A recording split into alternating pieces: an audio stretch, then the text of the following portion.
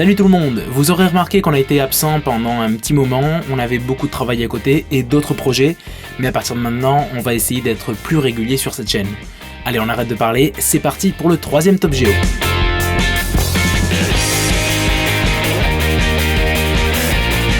Sur Terre, nous sommes 7,5 milliards d'habitants, et 2,8 milliards vivent avec moins de 2 $ par jour. C'est-à-dire que 37% de la population mondiale vit dans une situation de grande pauvreté. Selon l'ONU, l'Organisation des Nations Unies, il existe 48 pays qui sont reconnus comme moins avancés.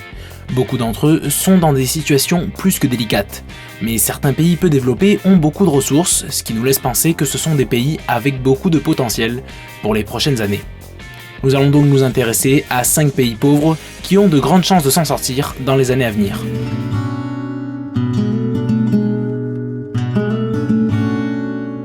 Le Soudan du Sud se situe au centre de l'Afrique.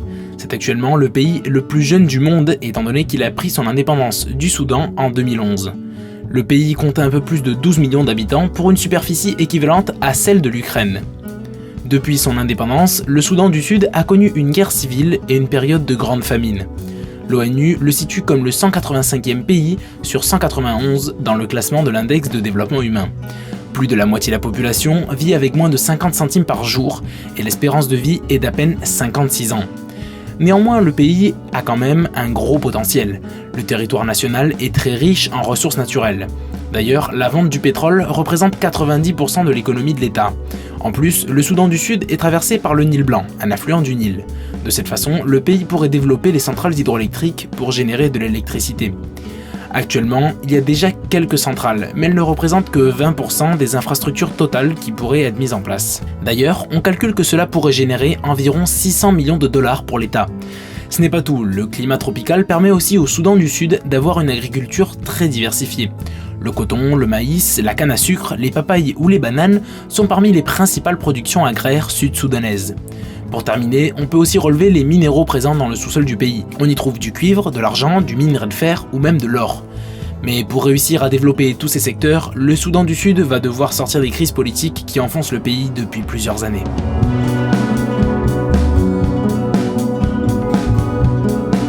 La Bolivie se situe en Amérique du Sud.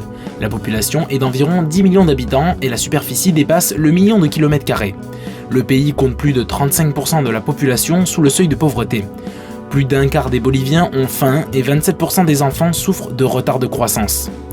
Si on se penche sur le domaine économique, la Bolivie possède de grandes quantités de gaz naturel qui représentent pas moins de 45% des exportations du pays.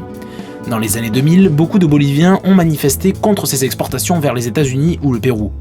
La population dénonçait le fait que l'argent provenant du gaz n'était pas bien redistribué pour les habitants. Après l'arrivée au pouvoir d'Evo Morales, la situation semble s'être améliorée. D'ailleurs, l'indice de Gini, qui mesure les inégalités de salaire d'un pays, est passé de 0,6 à 0,5 dans les 10 dernières années. C'est-à-dire que, même si elle reste élevée, les inégalités ont baissé de façon très importante. Et la part de la population en situation de pauvreté est passée de 60% à moins de 40%. On peut aussi remarquer qu'actuellement, près de 97% de la population est alphabétisée, ce qui fait de la Bolivie un des pays d'Amérique latine avec le moins d'illettrés. En plus, l'économie de la Bolivie pourrait encore se développer avec le secteur minier et agricole qui sont toujours peu exploités. Malheureusement, tout n'est pas parfait en Bolivie. Dans les dernières années, le pays a vu son indice de développement humain diminuer légèrement. Une situation qu'il faudra donc suivre de très près.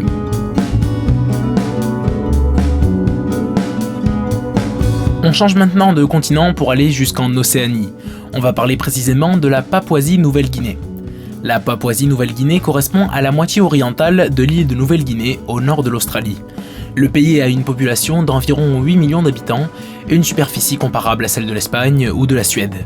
L'ONU classe la Papouasie-Nouvelle-Guinée dans les 35 pays les moins développés du monde avec un indice de développement humain de seulement 0,52. D'ailleurs, 37% des habitants vivent sous le seuil de pauvreté, 37% des adultes sont illettrés et l'espérance de vie est d'à peine 63 ans. Heureusement, tout n'est pas sombre en Papouasie-Nouvelle-Guinée. Le pays possède beaucoup de ressources naturelles. Le cuivre, l'or et le pétrole apportent 72% des bénéfices de l'État. Il y a aussi des réserves importantes de gaz naturel qui sont estimées à 155 000 millions de mètres cubes. Depuis 2014, la Papouasie-Nouvelle-Guinée commence à exporter ce gaz vers des pays asiatiques. Le principal problème, c'est que le territoire papou est composé principalement de forêts et de montagnes, ce qui ne facilite pas l'exploitation des ressources naturelles. En plus de ça, les exploitations coûtent souvent cher et attirent encore peu d'investisseurs étrangers. La situation de la Papouasie-Nouvelle-Guinée semble toutefois s'améliorer lentement. D'ailleurs, beaucoup d'indicateurs ont vu leurs chiffres progresser dans les dernières années. C'est le cas du PIB par habitant, des bénéfices des exportations et de l'indice de Gini. La Papouasie-Nouvelle-Guinée est donc peu développée, mais elle possède un grand potentiel qui devrait aider le pays et ses habitants dans les prochaines années.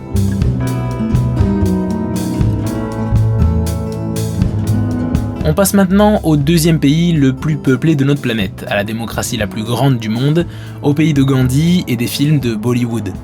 Vous l'aurez compris, on va parler de l'Inde. L'Inde compte plus d'1,250 milliard d'habitants et possède une superficie supérieure à 3 millions de kilomètres carrés, ce qui en fait le 7e pays le plus étendu de notre planète. En Inde, même si la part de la population sous le seuil de pauvreté a baissé de façon importante ces dernières années, elle est toujours à 22%. En plus de ça, 58% des Indiens, c'est-à-dire 700 millions de personnes, survivent avec moins de 3 $ par jour. D'ailleurs, le PIB par habitant de l'Inde fait partie des 50 plus faibles de tout le monde, avec seulement 1700 $. Pour se faire une idée, la France a un PIB par habitant de 37 000 $.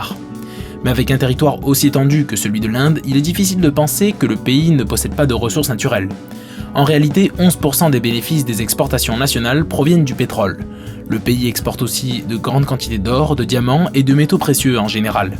Le secteur de l'agriculture est aussi très important. L'Inde est le premier producteur mondial de millet, de lait, de thé, de noix de coco et de bananes. Et c'est aussi le deuxième pays du monde qui produit le plus de riz, de blé et de canne à sucre. Un autre secteur qui devrait se développer dans les prochaines années, c'est celui du tourisme. En Inde, le tourisme n'est pas encore très populaire, mais dans les dernières années, il a progressé d'une façon assez importante. En 2014, plus de 7 millions de personnes avaient visité le pays, un chiffre qui a bien augmenté par rapport aux années précédentes. Avec une population très jeune, on calcule que l'Inde va devenir l'État le plus peuplé du monde en 2025. C'est pourquoi le développement du pays est un grand défi pour les Indiens dans les prochaines années.